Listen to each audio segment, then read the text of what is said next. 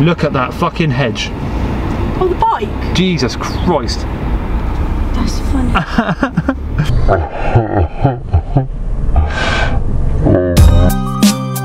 Bring the light to the dark. So you know you've made it in life when you've got a bush like that in your garden. Let's all agree on that. That bush was a work of art, Edward Scissorhands style. And before anyone says anything, I don't go around randomly filming people's bushes.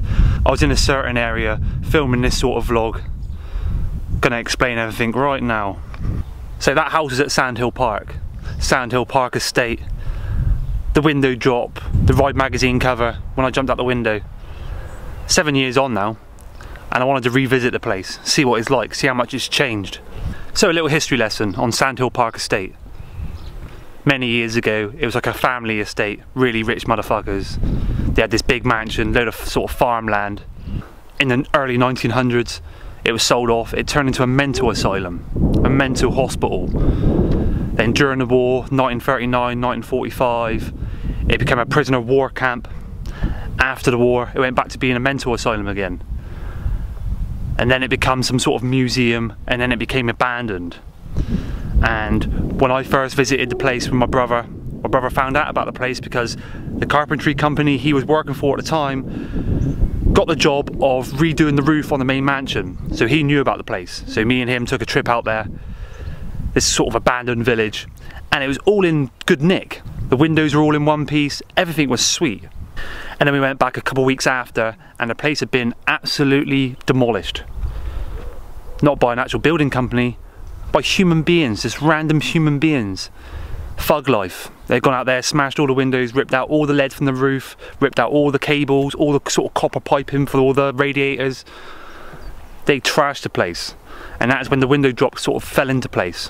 When I first went out there, the window was in good nick. It was all in place. And these people went out there, smashed the hell out of it, kicked the whole window frame out, which made that window drop possible. So I kind of thank them in one way, but in the other way, they're dickheads. So going back, when I did the window drop, Ride magazine approached me, wanted me to jump out that window again after I did it 3 times. I went out of it, I crashed, you've all seen that. I went out of it 2 times after, and then a week later they contacted me saying they want to shoot it for the Ride magazine cover. I didn't want to do it. I'd hurt my back really badly. So I was kind of looking around my local scene, thinking who would be man enough to do it at night, in the pitch black, in the middle of winter. Up steps Adam Butterworth. He was game to do it. He was fully game. So it was kind of like a Tuesday night in January. We headed up to Sandhill Park with Nathan Beddoes, a photographer. And the idea was set a fire. So we set a fire and he was going to jump out the window over the fire, and the fire was there purely so he could actually see, because it was so fucking dark. Big issue. He crashed twice, really hurt his thumb.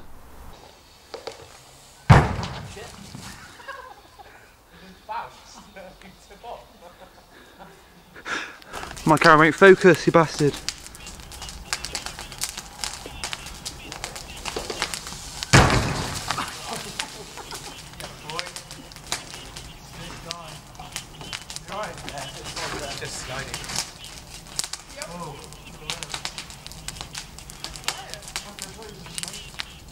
And he couldn't do it again. I mean, that second crash took him out.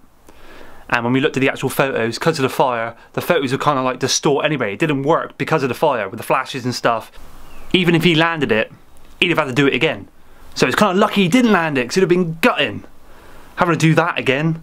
And I purely went out there just to film. I didn't want to do it again, because my back was hurting so bad. But because he failed it, the photographer turned to me and said, look, you're going to have to do it. I got 3 days till the magazine goes out to print. I got no one else to turn to. Every single pro that he had on his hit list was at Simple Session. You know, it was the middle of winter. So I was like, sod it. I spent the next 15 minutes sort of stretching my back off. It was 8:30 by now, in the middle of winter, at Sandhill Park, in the middle of nowhere. I remember putting music in my ears, Limp Bizkit, Faith. Not even shitting you. I put it in, I turned it up really, really loud. And he was like, just fucking have it. Right along that corridor, go out that window, stiff it right up, get a cool photo, land it, done. And I was hoping to get it done in one take.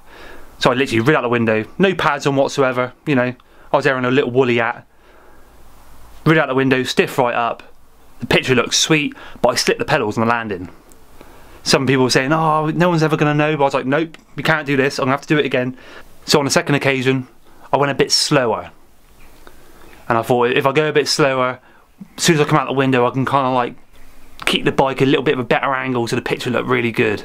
He was lying down in the grass in the bloody marshes. And as soon as I went out, the flash went off, boom, blinded me the fuck. I stiffed right up, landed it, and you wouldn't believe it. I kind of landed so hard where I was so stiff, both my feet bounced up off the pedals, then landed back on the pedals. So I kind of double dribbled it. When my feet didn't go on the floor, I landed it. And was I happy after? There's so much adrenaline, so much emotion going on because I wanted Adam Butterworth to get it. I didn't really give a shit at the time. I was just kind of like, I was happy for the photographer. He got the job done. He was happy as fuck because he couldn't get anything else. And you know, it was his job. If he didn't get that photo, he was kind of stuffed. So I kind of helped him, and in the long run he kind of helped me because obviously I got that cover to look at now. Are you doing that again? Hang on or not? Yeah, have it. That's see nothing, man. That's a wet fucking pedal, that is.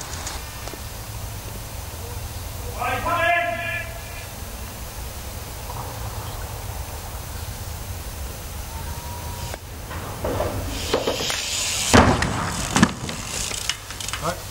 I rid straight towards that flash and fucking hell. And yeah, that is the history of that drop. I actually handed it over to someone else. I actually thought Adam Butterworth deserved it more than me because he's a better rider, end of the day. He never got the credit that he deserved. He now lives in New Zealand and he's always been a savage rider. He's a real good asset to the scene, and over the years I filmed with him a lot, and the clips he got, unreal.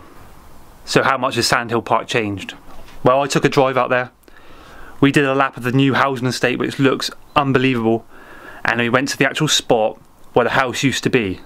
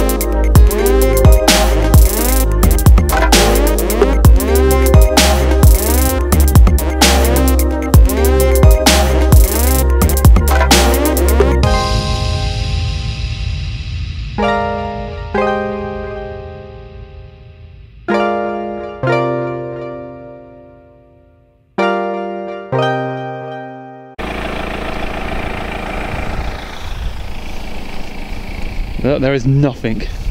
This used to be loads of houses here, one big estate, nothing. So yeah, I'm pretty much in Sandhill Park. The big mansion is still here, they're developing that.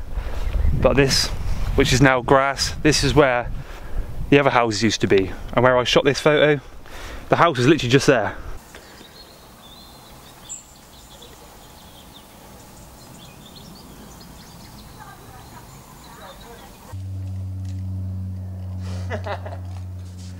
That looks fucking weird.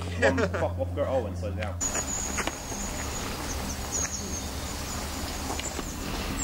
I reckon it's in here, but They're going to keep it away from us, aren't they? Why is it? The wall could be under the ground. yeah.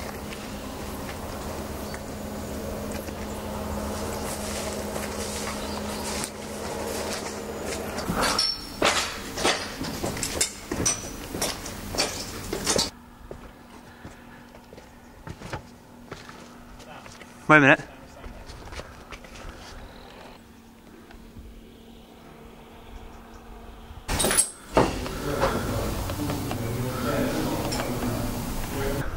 And now it's just a grass field. They ripped all the buildings out and let it just grow back as grass. Unreal. Some property developer bought that for £1. Unreal. So yeah, as you can see, it's like the buildings were never there. So yeah, that's a crazy trip down memory lane. Sandhill Park, what it used to look like 7 years ago, what it looks like now, the history that sort of belongs to that place. A lot of people that are living there now probably never knew about some crazy ass kid jumping out the bloody top house window. And it's kind of sad. And it reminds me of the story of that prison I went to the other day. Someone actually commented on ASA and they used to live in Shepton Mallet, and they said that someone tried to buy that prison and turn it into a hotel. Well, that's kind of what happened with Sandhill Park. I kind of wish it stayed as kind of like a heritage spot. The National Trust kind of bought it up so you could kind of visit it and stuff, know all about the history, but no. The whole plot got sold. Strong Vox turned half of it into a big housing estate. The actual big mansion itself got sold off for £1 to some sort of private developer. It's a grade 2 listed building, so good luck with that. And they are currently turning it into luxury apartments. One day we're going to look around, all the English heritage, all our history is just going to be down the drain because they love selling off stuff. So yeah, Sandhill Park, 7 years on. And one funniest fuck story about Sandhill Park. Big gang of us went out there one time. All wanted to go out there for a good laugh. We wanted to get into the big mansion. It was so secure, we thought we ain't going to get in there, but some matey brought a drill along with him, so we actually took the screws out on one of the boards on the windows. And we got in there, and someone always said that the place was alarmed. We thought they was lying. So we went on a big adventure around his house. Most of the rooms you went in, you couldn't even see your hand in front of your face. It was so dark. The only light I had was off my camera. So I was walking around doing some filming and stuff. Battery died on my camera. I was stuck in this room. I couldn't see nothing. Everyone else had left the room, and I was kind of like, I knew there was holes in the floor as well, see, where they all rotten through. So I literally had to stay still. I had to call out to my mates, and luckily one of them came back through the door, so I actually got some light. And then not long into sort of the adventure in the house, the alarm went off.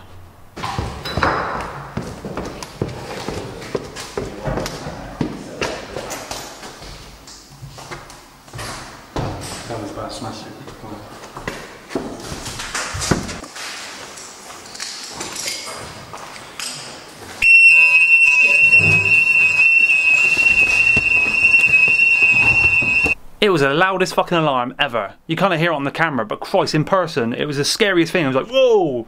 And we all sort of ran out, pretending we was all sort of youngsters and that, being all naughty. We went to one of the outer houses, hid there for a little bit, then we carried on with our little adventure. And that's the sort of thing we used to do. It was awesome. You know, we didn't damage anything. We actually got on the roof and shit and had a little look about. But, you know, we was just having some fun. But all good things come to an end, and Sandhill Park has now come to an end. And that's why I want to do this video. Kind of put it all to bed. All the footage from this edit is now done. It's now history. I keep it in my archives. It's good to look back on. And I wanted to share it with you. So I thought it'd be interesting. I'm sure some of you are interested in sort of British history, BMX history. And yeah, you won't find me jumping out a window anytime soon. Unless there's a landing. Someone did say that not long after I did the window drop for the 5th time. Why don't you just put a little landing? I was kind of like, the whole idea was to go out to flat, but yeah, thinking about it now, if I had a little bit of a slope landing, it would have been a lot nicer. So I suppose it's true what they say, everything happens for a reason. I mean, I didn't want to jump out that window, I wanted to give it to Adam Butterworth, but he fell twice, so I had to do it. And in the end, obviously, I ended up getting the cover and stuff, and in the end, the gap was kind of mine. I created it, I did it for the first time, and the only reason why I wanted to give it to Adam Butterworth was because my back was hurting. I just wanted him to have it. He had never been in Ride magazine before, but he deserved to be in Ride magazine, and he deserved a lot more coverage than he actually ever got. And when I look back at it, I kind of wish we both landed it and we both kind of split the cover. So he was kind of going over the fire and I was just kind of going over it in darkness. That'd have been epic, but shit happens.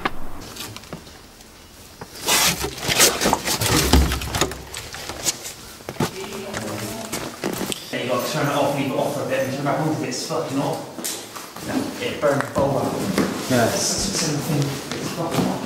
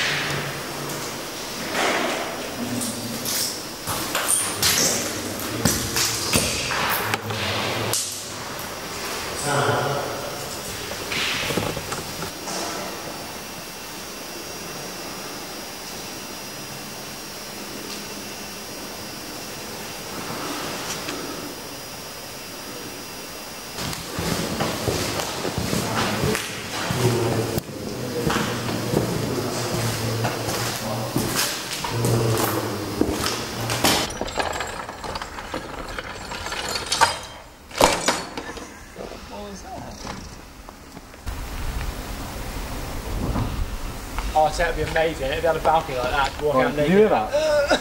Yeah. Wait, stop. Are